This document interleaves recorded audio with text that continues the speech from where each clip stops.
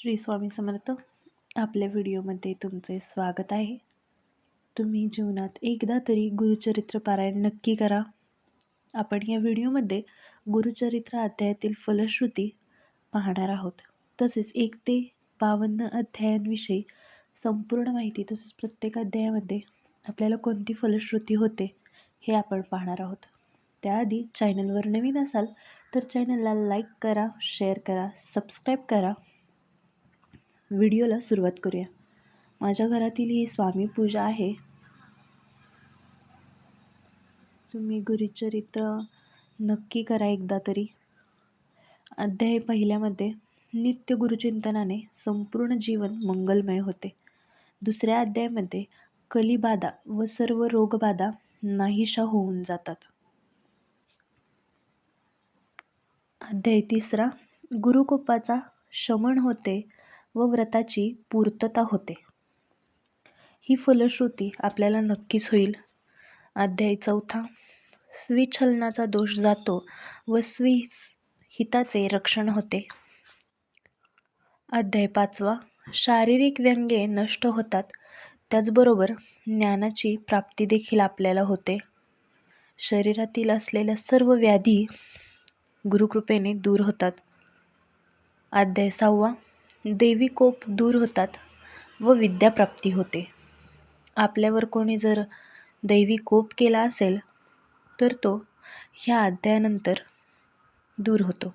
अध्याय सातवा पंचमहापापवादी सर्व पातके नाहीशी होऊन जातात पूर्णपणे.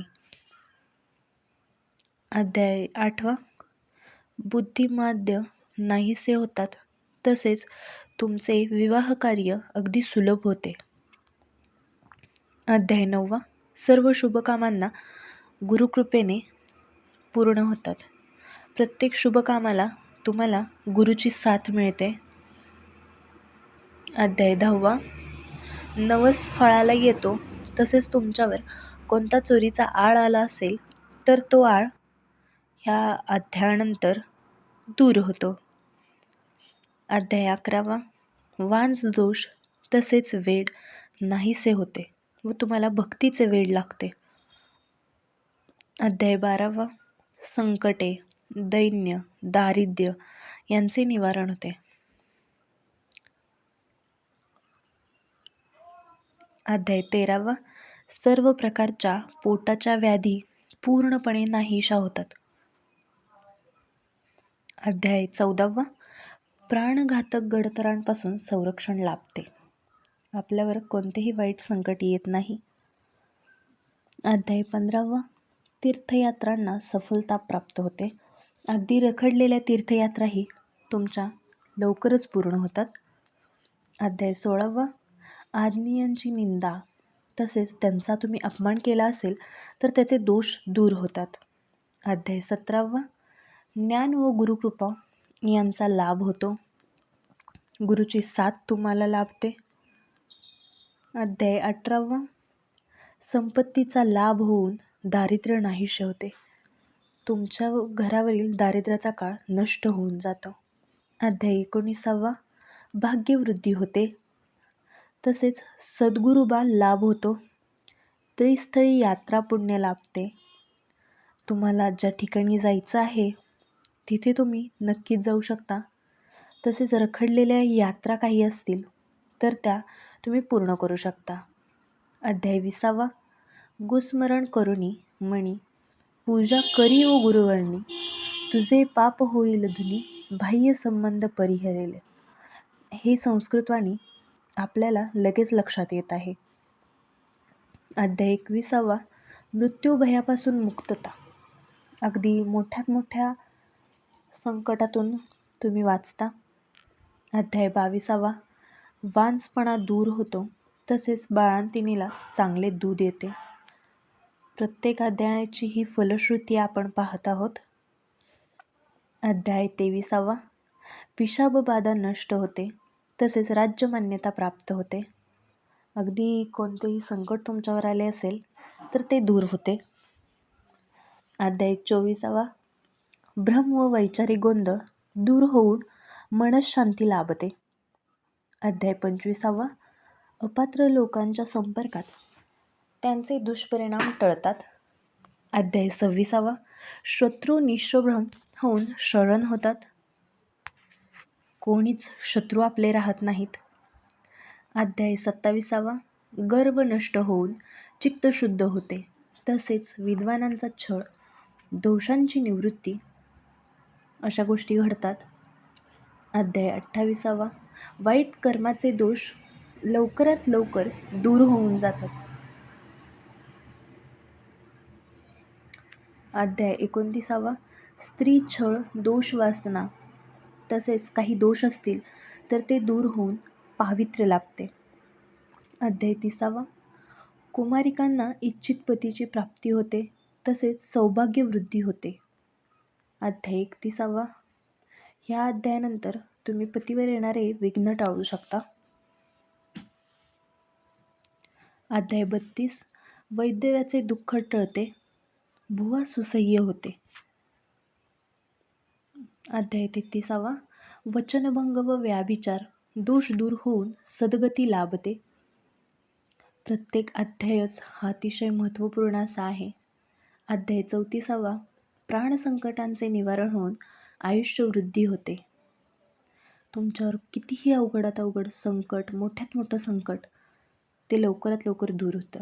अध्याय 35. हरवलेले, नष्ट झालेले पुन्हा प्राप्त होते.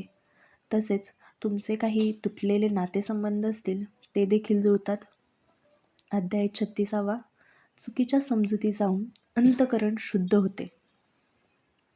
काही मनामध्ये गैरसमज असतील तर ते दूर होऊन मनही शुद्ध होते. अध्याय 37. हूढबुद्धी नष्ट होऊन योग्य ज्ञान प्राप्ती होते.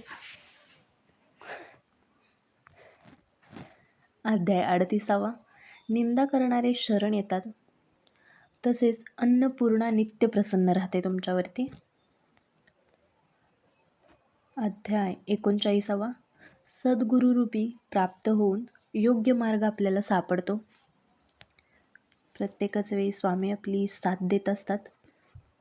अध्याय 39. सद्गुरूची प्राप्ती होऊन योग्य मार्ग आपल्याला सापडतो.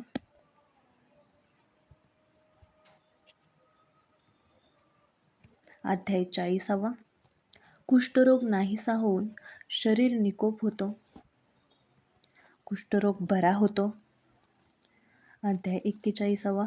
सद्गुरूची प्राप्ती होऊन योग्य मार्ग सापडतो.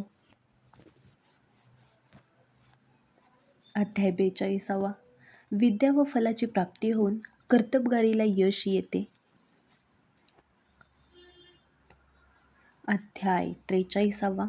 गर्व व क्रोध नाहीसा होऊन ऐश्वर्याची प्राप्ती होते. सर्व अध्याय पूर्णही फलदायक ठरतात. अध्याय 44. मनातील भ्रम दूर होऊन योग्य मार्ग लाभतो. मनामध्ये जर कोणता भ्रम असेल तर तो दूर होतो. अध्याय 45. कुष्ठरोग नाहीसा होतो. तसेच गुरुनिष्ठ सफल होते. तुमची बुद्धीही वाढते. अध्याय 46. चित्तांची स्थिरता लाभते. त्याचबरोबर ज्ञानाची प्राप्ती होते.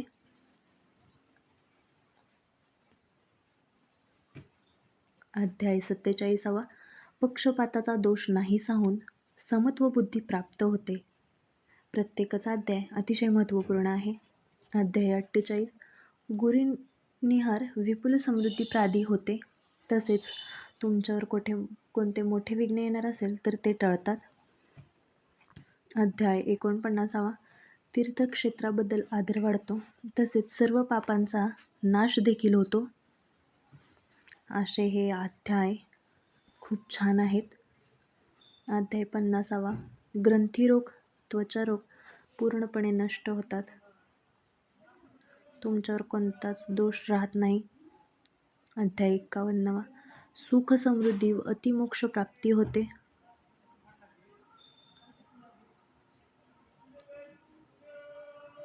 अध्याय 52. श्रद्धेला चांगली फळे येतात व संपूर्ण ग्रंथ वाचनाचे फळ ह्या अध्यायामध्ये तुम्हाला मिळते. तुम्ही नक्की हे सर्व अध्याय वाचा. तुम्हाला नक्कीच फलश्रुती मिळेल. अवधूत चिंतन श्री गुरुदेव दत्त. श्री स्वामी समर्थ महाराज की जय. व्हिडिओ आवडल्यास चॅनलला लाईक करा. व्हिडिओ बघितल्याबद्दल धन्यवाद.